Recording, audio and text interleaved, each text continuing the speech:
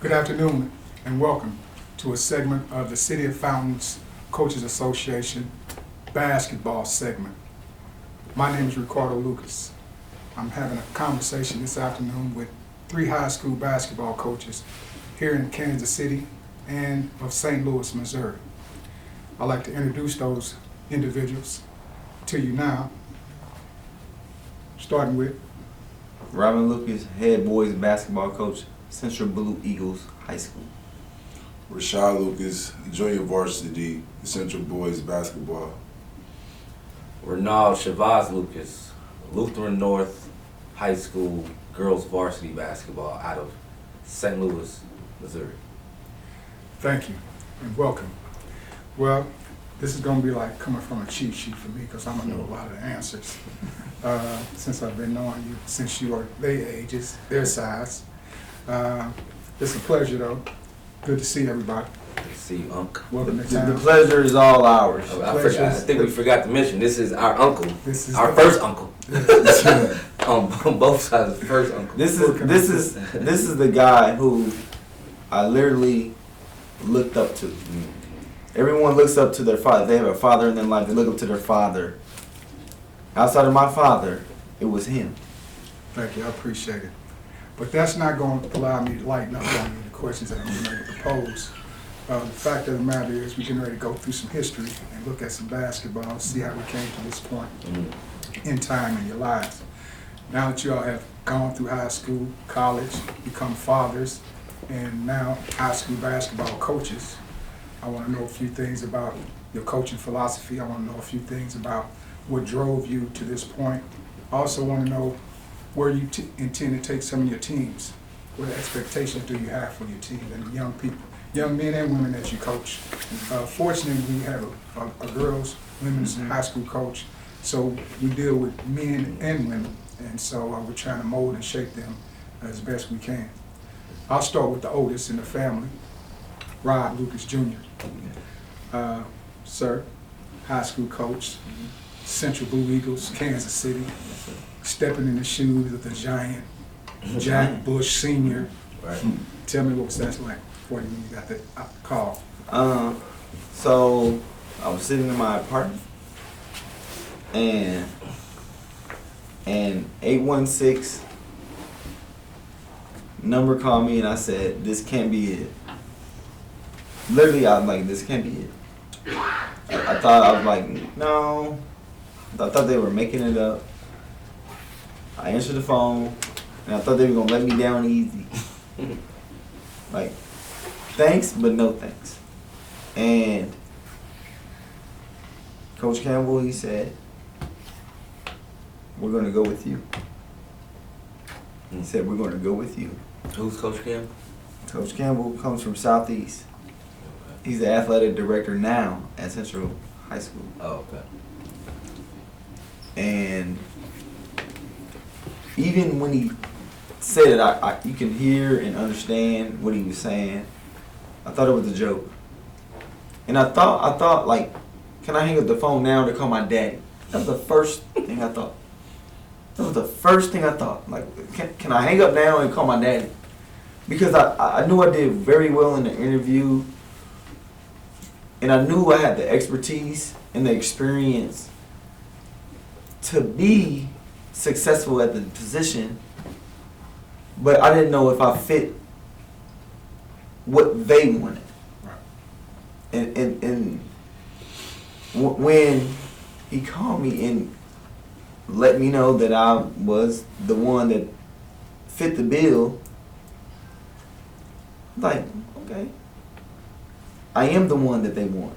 I am the one that they want to lead their program to where it was, to get back to where it should be. That's a big honor. But you don't have the most coaching experience in the family. I do not. I'd like to speak to the man with the most coaching experience. That would be Big Naughty. We call him Naughty. His name is Renard. We call him Nod. Shabazz, Lucas. I am. Tell us about your coaching experience and how you got to be a high school coach at Trinity North. I've always had a passion for youth, and I found that out when I went to the Harris Stowe State University out of St. Louis, Missouri, which is an HBCU, of course. I got involved with working with youth as an undergrad student at Harris Stowe, being involved with the Thurgood Marshall Foundation, the 100 Black Men, and so on and so forth. And eventually the ball went flat. And I was like, well, what am I going to do now? Because I wanted to stay around basketball, and I knew my daddy had coached since he was 19 years old. And so, you just combined the two. Have a passion for, youth, the community, then also having a passion for, obviously, sports and athletics. I started coaching on the women's side in 2007 at Harris Stowe. And I just fell in love with it. It was something that I was able to utilize my leadership skills, my charisma, and my mentorship, and my passion for bringing up youth. And it was dictated around basketball. I was like, this is the greatest thing ever. Right. And you get paid for it. I'm like, dude, because I don't feel like I'm showing up to work. This is my sanctuary. And you gonna pay me? I bet. Let's do it. I was never as talented as these two individuals. I was always the one that just always had the, Coach Lucas, Coach Rob. It's weird calling him Coach Lucas because that's my daddy's name. But like you said, I always had the things that didn't take all the talent and skill, the effort, the energy, the compassion, the talking, and the toughness, and just all the nasty, dirty stuff. And that's the way that I coach. I coach like I ain't as good as you, but you gonna remember me. And so when I got that call from Rob, my brother was. He undersells himself. I remember going to see him play at Harris Stowe. You gave it to somebody at the two guard position. I sat in the stands. You gave it to him. Whatever they was thinking when they came, I knew what they was thinking when they left. Who got him? Going to the third. Big Cat. We call him the Big Cat. Big Cat. This is the one. He was the one. He was the big boy. bigger than his brothers. Right. And was able to go to deal with the ball. Tell us how you ended up coaching, sir. Well, first of all, I want to thank my brother for giving me the opportunity. He gave me the opportunity to be a coach. I always knew that I could be, but ever since I started getting into the school district, he seen that I could be a coach and help his coaching staff out. When I knew that I could coach is I've always been around my father. He been coaching ever since I've been born. So I seen it like it's second nature. Right. Ironically, we started coaching. I started him coaching, and we didn't start coaching basketball. I never coached basketball. I coached baseball and baseball. Right. And that first season, we didn't win a game. We was like the bad news bears of the city. But we had the biggest fun of any losing team that you could ever have. We had the biggest fun. I remember them kids, they remember me. We approach it like we won because we performed. Now, I got a chance to see all of you perform in high school, college. And I was always impressed with your demeanor and your approach to the game. And also your skill set. You all had skill set that transferred. I've seen you all play all over the country with top level competition all over the country. Now to see you all transform into coaches and start trying to put your footprint in as coaches, how do you think that your skill set and what you've learned over the years will transfer to your coaching ability? Personally, that was the hardest thing I had to deal with was how do I translate that I'm a trainer and things that came easy to me is not gonna go easy for the kid that I'm training. That was the hardest thing for me. It's not a race. You know, we're not trying to get to the NBA in one day. We're not trying to get a college scholarship in 3 days. Let's slow it down and let's start from the bottom. Can you dribble with your weak hand?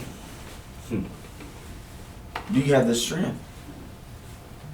Do you have the ability, the mindset to understand that when you are weak here, that's where you got to get strong at.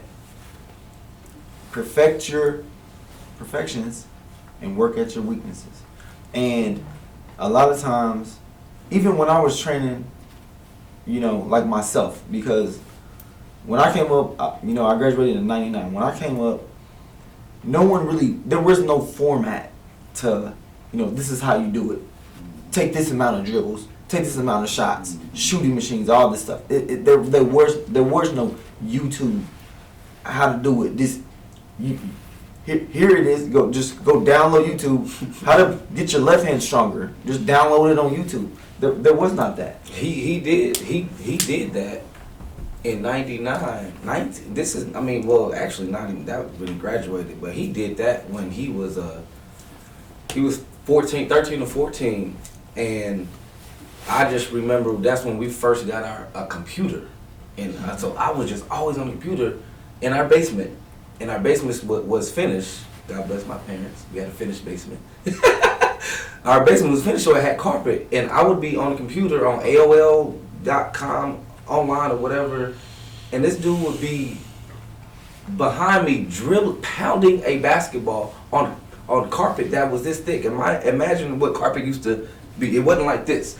It was this thick, and he was just pounding a basketball on 1970s thick carpet. And I just remember him recording himself. Then after he did that, that's what I'm saying. That's basically what YouTube is. He was recording himself. I'm like, why is this dude recording himself? I always wondered why he was recording Yes, himself. dude. And then after that, he would go and he went on East Bay and bought some strength shoes, Uncle Ricky. Some strength shoes where you strap them around your ankle, and then it's about this thick on your toes. So you have to walk. They make you walk on your toes. And then he bought some ankle weights. And I'm like, who is doing this? This dude is 14. And no, like I said, nobody was telling him to do this. His daddy wasn't yelling at him to go work on your game and go get stronger. He looked it up and he saw Ray Young with some strength shoes. And he UCLA. from UCLA. And his cast was this big. And that's what we used to think. And so he was just doing that on his own. And then we lived on a hill in Blue Springs, Missouri. And he used to dribble that ball with his ankle weights and his strength shoes up this mighty hill every day. And I used to be like, what is he doing? Being determined. And That's what I was doing. I want to go off of that because to answer your question, that's what I want to instill with the kids is the determination in the everyday, and how it means what that means a year later. Like how we had to cut kids that tried out for Cut Central, and I'm like, y'all come back 2 times stronger than the varsity kids. That's being in the gym every single day. It's work. I know it's one there after the other with them kids because they 14, but we gotta jam it into the head. I want to jam it to the head because they can all play D1 if they really wanted to. Yeah. And that's good. I want to ask you, Nadi, being the guy that coaches girls, how do they take losing? Does it pain them as much as it take a guy losing? How do they take losing? It's funny because as soon as you was asking that, I was answering it in my head. I was gonna go with the girls varsity that I coach now, but I'm gonna go back to when I got my first head coaching job was at Luther North in 2014. I was a head JV girls coach, and this program their JV team hadn't won a game in 2 years, not one. And so when I got these young ladies, we had to do, like you said, they make the cuts. And I'm like, no, we keeping everybody. I just want the bodies because they're going to help me learn how to coach a kid that's never caught a ball or dribbled the ball. And because I knew I had those intangibles, what I told you that I had in me.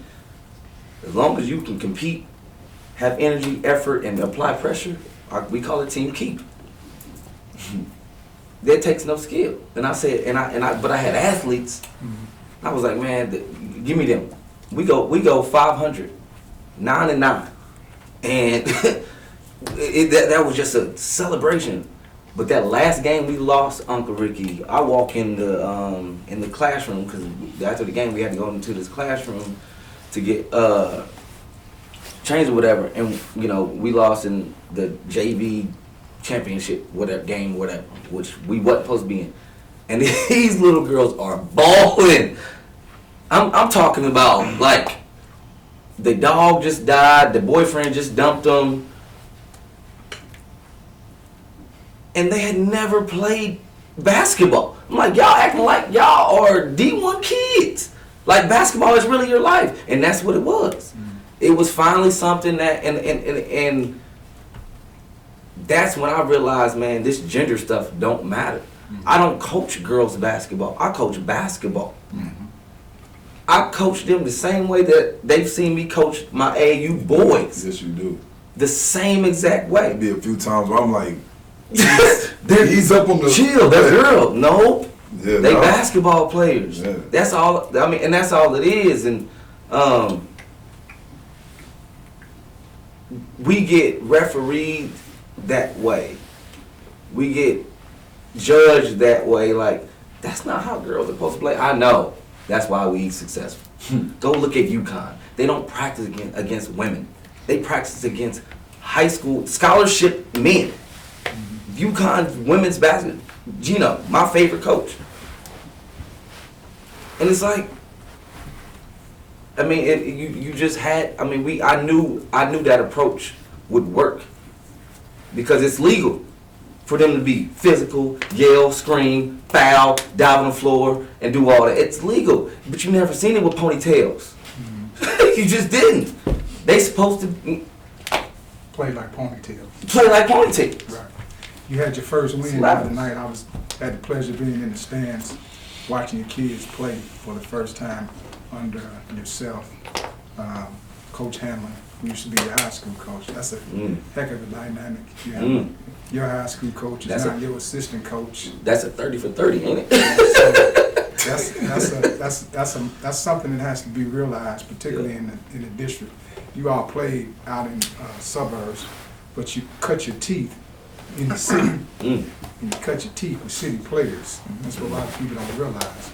A lot of city players that play for the Interscholastic League slept out at your house. Right. And those were a lot of same people that was on your AAU teams and things like that coming up. How do you feel about getting your first win, and how do you feel about the team that you have this year? It's still a dream. Just being completely transparent. It's hard for me to even realize or recognize that I won a high school varsity basketball game. It's just very hard for me to understand that. But getting away from that, I recognize the kids that we have, the want to that they have, and the talent that they have. And if I can match their talent with my coaching, we can go somewhere. Coach Hanlon, I tell people this all the time. They were like, how'd you get him out of retirement? I said, I didn't let him tell me no. I was not going to let him tell me no. He was the first person I thought of when I got the interview. It was like, okay, your interview is tomorrow. And I knew part of the interview was going to be who was going to be your assistant coaches. And I thought literally, verbatim, I said, what is Coach Hanlon's phone number? And I told them that, I said, Coach Hamlin, I said, he's retired, but I think I can get him out of retirement. I think I can get him out of retirement. I called him. He said, you know, Rob, I'm painting my house. He said, can I think about it? Gave him, he said, I'll call you back tomorrow around 12. 12 hit, he didn't call me. I called him back. He said, I'm still thinking about it. He said, can we do lunch? I said, where do you want to eat? Where do you want to eat? We met at Applebee's in Lee Summit. You talked him in. It didn't take much talking. Yeah. Here's something that Bean that Rob don't know. I overheard a conversation after his first win that Coach Hanlon had with Lisa Lucas, our mother. And he said, Lisa, I just wanted to see him sweat. When he called me, I took the job. And she started cracking up. He just wanted Rob to Sweat. yes, Think on it. think on it. 'Cause Maybe, maybe not. You might go find somebody else. yeah, it's all about, and I talked to Rob about that before I came down here this week. It's about contingency plans. Yes, sir. What you gonna do when your practice plan goes awry? When they say y'all can't use the gym today? How many times y'all done heard that already? It's like, wait, you gotta have a contingency plan. And Coach Hanlon, this is what Rob didn't understand from day one until Tuesday night of this first game is Coach Hanlon is coaching him how to be a coach without saying much. Yeah. I've witnessed it, and then off the stuff that he's been telling me that Hanlon's been doing to him, for him, I'm like, oh, he's coaching you. Rob, he's coaching you how to be that head coach. So tell us, switching up to St. Louis, tell us what your team looks like this year. We hit an anomaly last year. We had 7 seniors on one varsity team, and out of those 7 seniors, 6 of them are playing scholarship basketball right now. Mm-hmm. Yeah, you can clap. Yeah. I mean, 6 of these That's my young name. women of color are getting paid in school to get an education for basketball. So, which obviously that means, what do you do now? We're young. However, our freshman class is the #1 recruiting class in the state of Missouri because they saw what happened these last 2 years with, we were able to wear t-shirts like this. Yes, sir. Look like district champs. All right. Yep. Girls basketball. Yeah, 2 years in a row. Yes, sir. State champ. Oh, You know, apologize. we lost in the state championship, but they're state champions to me. Yes, sir. We got on that stage Yes, sir. and we played in that game. Yes, So they state champs to me. Yes, sir. I won't tell them that, but because I tell them, well, we took second place. Yeah. Well, that's good. Nah, not in the Lucas realm. Yeah. Yeah. So the thing is everybody in St. Louis is gunning for us. We're non-traditional coaches. Coach Chris Forrest, who is my head coach, he's from Springfield. He played overseas. It's just we have a different approach. We don't have a St. Louis style of play because he's a blue collar guy. Grew up on the south side tracks of Springfield at Willard High School, and I'm a blue collar dude. Yeah, we lived in the suburbs, but like you said, our teeth were cut. I love how to use that. You see, when he said it, I tapped you. I'm gonna use that one. Our teeth were cut in the city. Yes, sir. The only thing we did in Blue Springs was go to school. That was it. And thank God my parents did it because it made us, as diverse as we are. And then also as we had academic goals as well. But so I'm bringing that from my side of my family and my side of the state. Chris is bringing that from his side of the state. And no one likes us in St. Louis. Yeah. Nobody does. That sounds like you're good. They usually don't like you when you're good. Yeah, and we're non-traditional. Yes. successful. Yes, sir. And so we gonna take our lumps, cause we, like I said, we're extremely young, inexperienced on the varsity level. But one thing that we do have going for us is that all of our girls do play AAU basketball on the high level. They play in the GYBL, which is the EYBL of women's, of girls. So they play on that type of level. So, but we're playing the number 1 teams in the state. We're playing the Incarnate Words, who won state 10 times in the last 11 years. Playing the Stratfords, who was 116-0 down out of Springfield. They ain't lost in 4 years. That's we lost in the championship game. You know, we're doing that so because we know what's gonna happen in the long run. Like Coach Rashad was saying, is I want to see where y'all at 3 or 4 years from now. You know, that's what this program is gonna be about. So, I mean, it's gonna be interesting to see. We're running to stuff that we're not used to because they're so young. Appreciate it. Well, thank you. It's been my pleasure to see you all grow up. It's been a pleasure and honor to see what young men you all have become. And I have nothing but the best and highest expectations for you going forward. In anything you touch, I believe you all will be successful in whatever you do. We look at the next generation. Whatever they do, they're going to be successful. They'll be on this side of the conversation very shortly. Lucas, you'll be doing it again. So it's been my pleasure. This is a segment. Come on up, boy. This is a segment of Coach's Corner, City of Fountain Coach's Corner. These are the next generation of Lucases. Say what's up. To the camera. Hey, Just introduce yourself. Remington. That's Remington. Speak up. Remington Karan Lucas. Karan. Romeo Cannon Lucas. Rhino Corday Lucas. Right. Oh, did y'all hear that? What you It said said? RCL. RC. RCL. It Mark started it down. Yeah, RCL. It's our Everybody. big lovely family. Much love. Peace. Love to you. Peace.